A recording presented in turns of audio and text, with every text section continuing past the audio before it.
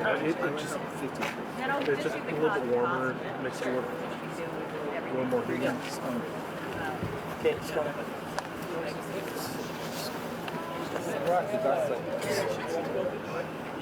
Is he running? He's walking.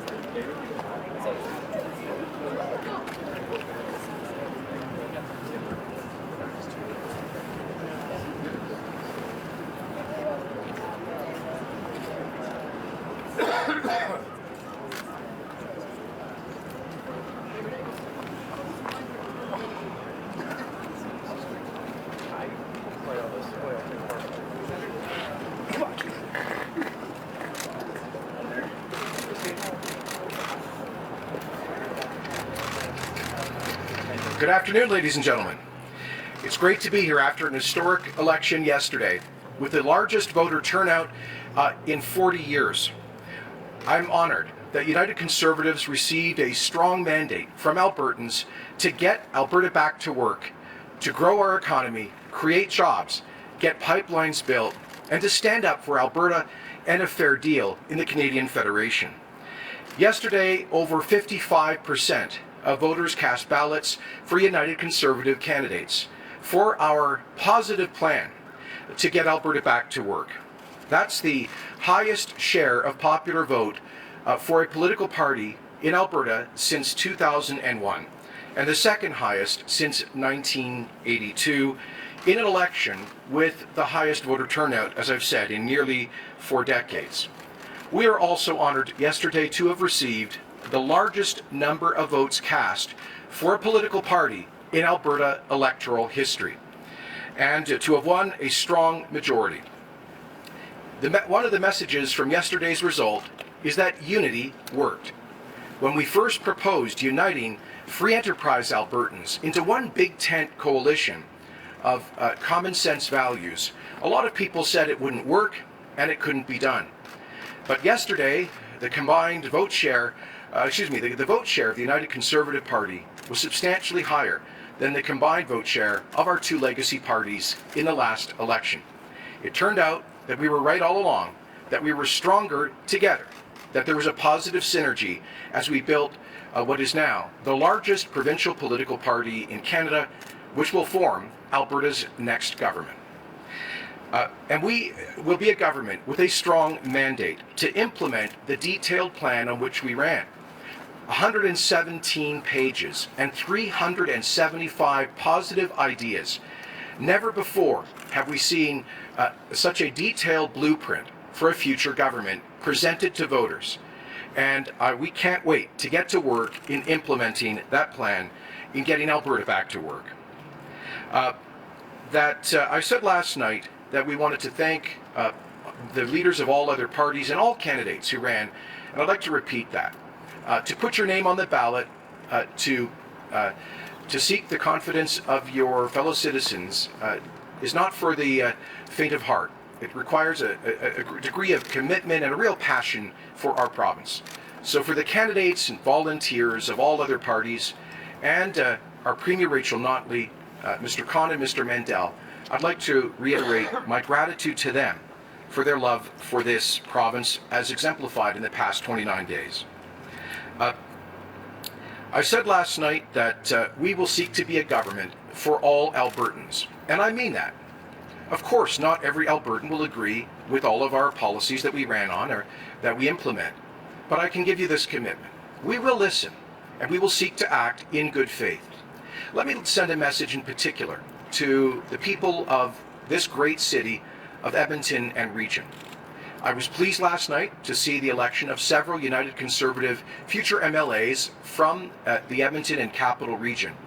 But I wish we had elected more, and it's sad for me to see a number of really great candidates running for the Conservative Party in Edmonton who didn't make it past the finish line.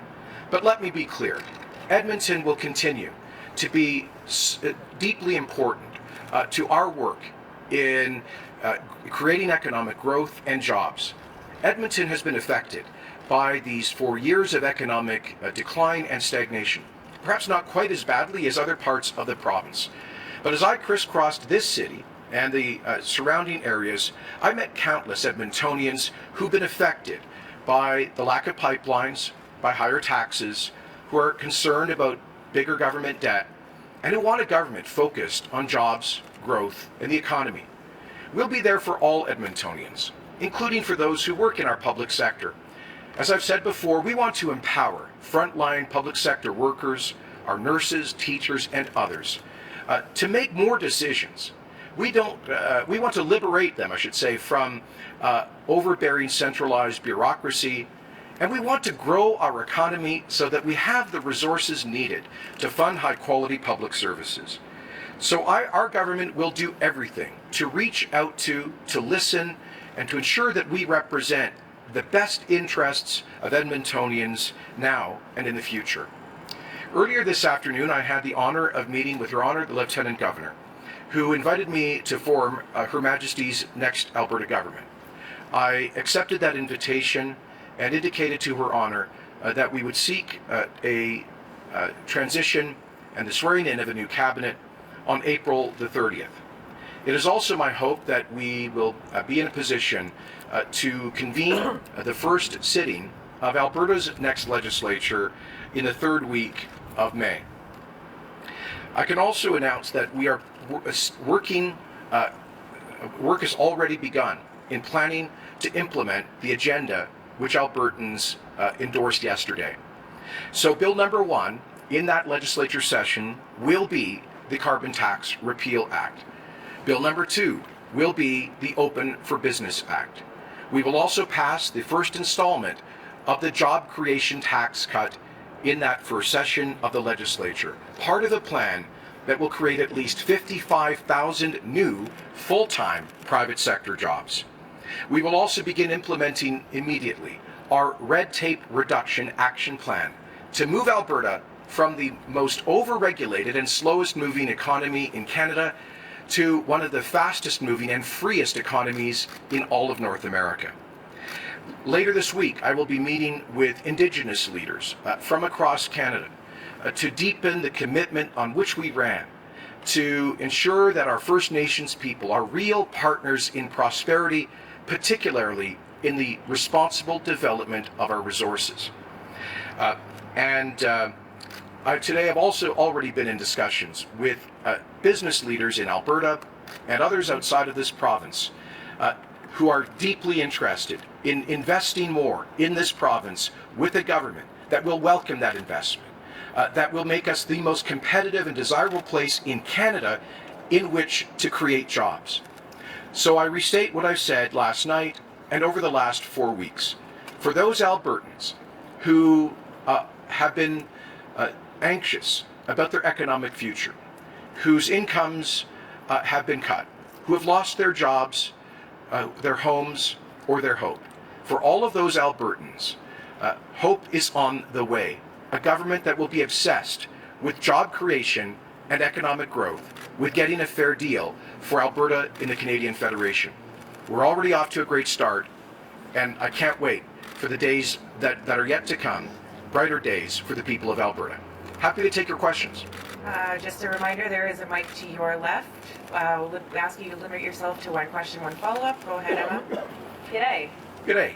Peter Singh won his seat. What's that mean for your government, considering he's under an RCMP investigation?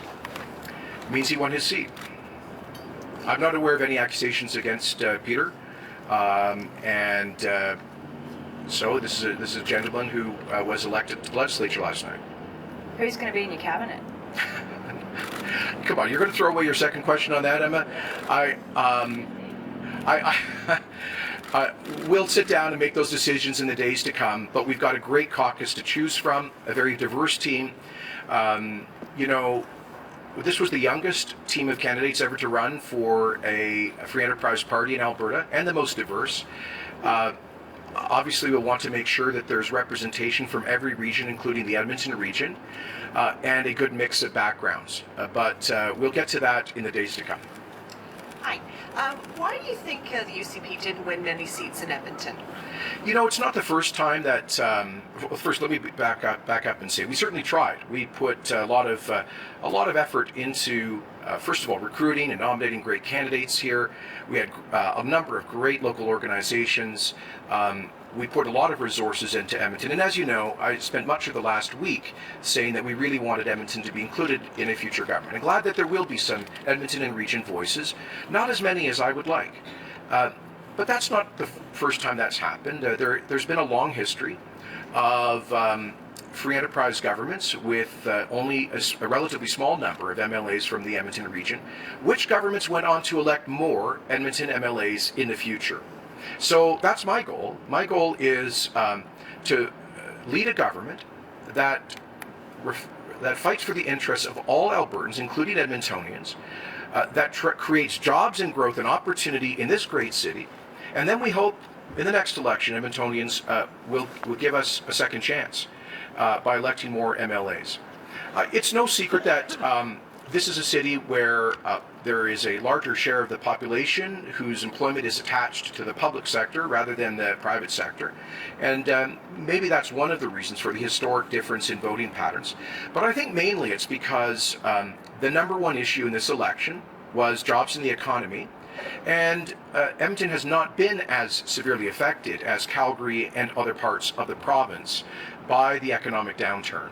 And so I think maybe that accounts for one of the reasons why, for the different regional outcomes in this election. But we still won over 35% of the vote. We're hopeful about some of the ongoing counts with the special and non-resident advanced ballots. We're hopeful that we'll have a stronger Edmonton caucus when all of the votes are counted. Now, Len Rhodes didn't win in Edmonton Meadows. How do you feel about that since you appointed him to run there over local candidates? I feel badly for Len, and frankly, I think he would have been a brilliant MLA and very likely a minister in the government, a great community guy with a business turnaround background. That's why I thought it was important to offer Edmontonians somebody of his caliber to be a strong voice for the city. But I respect the decision of the voters. I know Len feels the same way. And let me just say, I'll be reaching out in the days to come to all of our candidates in this city, our local conservative organizations, to tell them that we are going to remain focused on having a strong presence in the city in the future, and we hope that Len and others can be part of that. Hi, Premier-designate. Last night you gave an olive branch to Premier Legault. This morning he flatly said, no, we don't want any oil pipelines, but we might be open for a natural gas pipeline in Quebec. How do we go from there? Can you answer in English and then in French, please? I'll repeat what I said last night and for the last month, that Alberta is going to fight for a fair deal in the Federation. And we don't think it's reasonable for other provinces, like Quebec, to take our equalization money while opposing pipeline projects that can help us to pay the bills within the Federation. Having said that, I've always been clear that I want to start on a positive footing in our relationship with Premier Legault and the government of Quebec. And that's why I spoke for several minutes last night in French directly to Quebecers about how they can benefit by sharing prosperity with us through resource development and pipelines. So I hope to have a chance to sit down with Premier Legault. We spoke by phone briefly this morning. He called to congratulate me. He thanked me for the words I offered last night in French. And I am hopeful that we can find a way to work together. I think we want to start the relationship on a positive footing, looking for common ground. I've spoken to a number of other premiers today about the same issue, who are keen to work with Premier Legault and the government of Quebec towards our shared prosperity in the resource industries.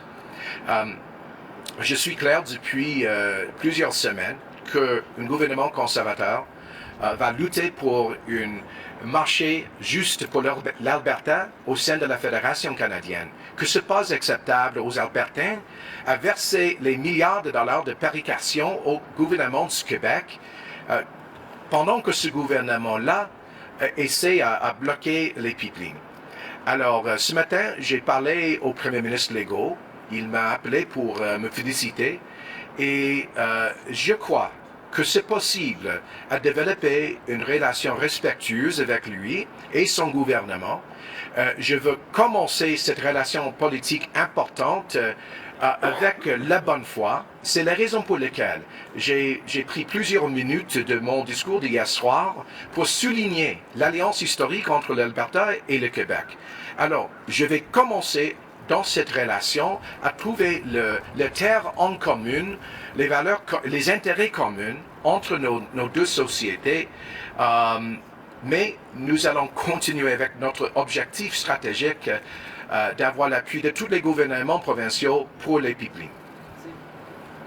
Mr. Kenney, just following up on that, I wanted to see if you just wanted to comment on the way that Mr. Legault characterized Alberta's oil. He said it was not socially acceptable to have a pipeline full of Alberta oil going through Quebec. What do you make of those specific words? I think they're unfortunate, and I disagree with the Premier. The polls in Quebec show that Quebecers prefer to buy and consume Canadian energy to foreign energy imports. Because of the Line 3 reversal, the Line 9 reversal, there is now a higher percent. Most energy in Quebec is originally sourced from Alberta, Western Canada, but they still import enormous amounts from the United States and some from OPEC countries. I want to get into Quebec to explain that to Quebecers. I think they would see no social acceptability for dictator oil that fuels conflict around the world. And that I will make the argument continually in French, going directly to Quebecers, about how I believe it is in their interests to help us get a fair price for Canadian energy to pay the bills in the Federation, including the equalization payments that Quebecers receive. But I want to have, first of all, have a chance to sit down and have a more extended conversation with Premier Legault. You don't start a relationship by shouting at one another. You start it by talking and trying to find common ground. That's my initial goal in that relationship. During the campaign, in terms of first steps, you said that the turn off the taps legislation would be one of the first things, or if not the first thing you would do with your cabinet. Do you still intend on doing that, on bringing it into force? And if so, do you expect you'll find yourself in court? Well, we are going to act according to the best interests of Alberta. I think the job of the Premier of Alberta is to defend our vital economic interests. And for me, that means demonstrating to the government of British Columbia and other provincial governments that we mean business. I did speak this morning with Premier Horgan, who called to congratulate me. We had a good brief initial conversation and agreed to have a longer in-person discussion, hopefully before the Council of the Federation this summer. I think Premier Horgan knows very well that we are serious about defending our vital economic interests. I've always said that it's not our intention to begin with reducing energy shipments to British Columbia, but to have the power to do so. The Horgan government called the bluff of Alberta's NDP on the turn off the taps legislation. They said publicly that they'd received assurances that the current Alberta government does not intend to use Bill 12.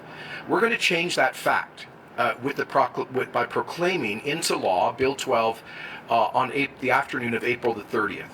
And then I think we sit down with the government of British Columbia with greater strength and clarity about the tools that Alberta can use to defend our vital economic interests. We have a number of other possible consequences for a campaign of obstruction. Now, let me add, I do appreciate that the Horgan government has approved and encouraged the LNG Canada project, and we would like to find other ways in which we can work with them. I've always said, just like with Quebec, that I want to start by trying to find common ground.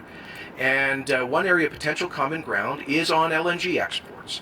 In our platform, we've committed to doing everything we can to facilitate a second major West Coast LNG facility. That could be a $30 billion plus capital investment to create jobs in BC and to get fair prices for gas producers in Alberta. So while we will it appears that we will have a continuing disagreement with them on Trans Mountain, we will try to find areas of common ground, such as on LNG. Kieran, can I get you to hang on? We're just going to go to the phones real quick. Sorry. Oh, it's getting chilly out. Operator, can you please put through the first caller? Our first question comes from Rick Bell of the Calgary Sun. Your line is open. Good afternoon. When do you hope to speak to the Prime Minister, and what are you going to say to him? I spoke to Prime Minister Trudeau this morning. He called and to offer his congratulations. We spoke for about 15 minutes, and we had a respectful conversation about a number of issues, including the need to get Canadian energy to foreign markets. I was clear about our grave concern over Bill C-69 and how it will further dampen investor confidence in Alberta's energy sector. The Prime Minister and I agreed that we will try to schedule an in-person meeting after our government is sworn in, and we both acknowledged that the timing is challenging because just shortly after a United Conservative government is sworn in, the federal Liberal government will be moving into an federal election cycle. So I've said from the beginning, Rick, that just like with BC and Quebec, we will begin with the path of diplomacy and trying to find common ground. And we hope that we don't need to use more forceful measures to assert Alberta's vital economic interests. But I think Prime Minister Trudeau knows that if we can't get coastal access for our energy, that this new government will vigorously stand up for Alberta. Do you have a follow-up, Rick? Yeah, yes, a quick follow-up. What is your feeling about the fact that the campaign launched by now the soon-to-be main opposition party against your fitness to be premier, and the many questions about the UCP leadership race and candidate comments, etc., did not have any effect whatsoever, it seems, on the vote count or the seat count from last night. So what is your feeling about the fact that there was a lot of noise about the campaign against you and other such matters that don't have to do with jobs and the economy and pipelines, Yeah. and yet it didn't affect your victory? Well, Rick, I underscore that we won the largest number of votes ever cast for a party in Alberta history, the highest popular vote since 2001, the second highest since 1982. I think that is a mandate of historic proportions. And I think it confirms what I've been saying for 4 weeks, that there were really two campaigns going on. There was the fake war in social media of issues that were frankly a distraction from the preoccupations of most ordinary Albertans, who were overwhelmingly focused on jobs, the economy, pipelines, and standing up for Albertans. And I think, heaven forbid, I think there might have been some of your colleagues in the media who kind of missed the real campaign that we encountered at the doors of millions of Albertans. I think by the time all of the advance and special ballots are counted, we're probably going to be at or near 1 million votes cast for United Conservative candidates. Those were positive votes for a positive vision focused on job creation and economic opportunity. So, Rick, I take yesterday's results as a confirmation that we were on the right track.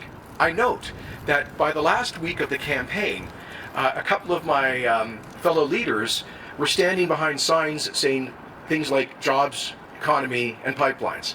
I think we succeeded in defining the critical issues in this election, and I believe that was confirmed by nearly 1 million Alberta voters yesterday at the polls. Operator, can you please put through the next caller? Our next question comes from Chris Varco of Calgary Herald. Your line is open. I think we're going to do these inside next time, guys. Well, Mr. Kenney, can you tell me, after your discussions with Prime Minister Trudeau, how will you get Ottawa to move as quickly as possible on approving and building the Trans Mountain pipeline project?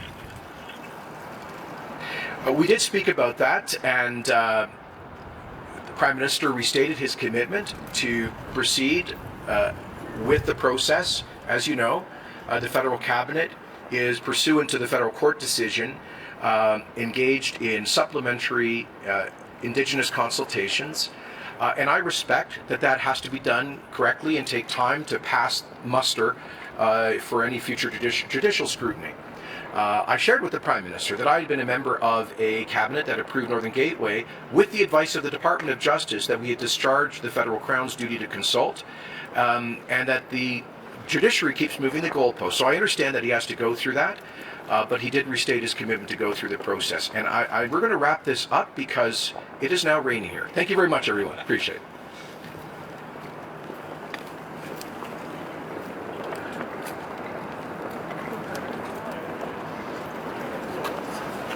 No, it was a beautiful day earlier. Come on, guys. I mean, he was pushing that. We could have got 15 minutes. Sorry, Kieran. I know.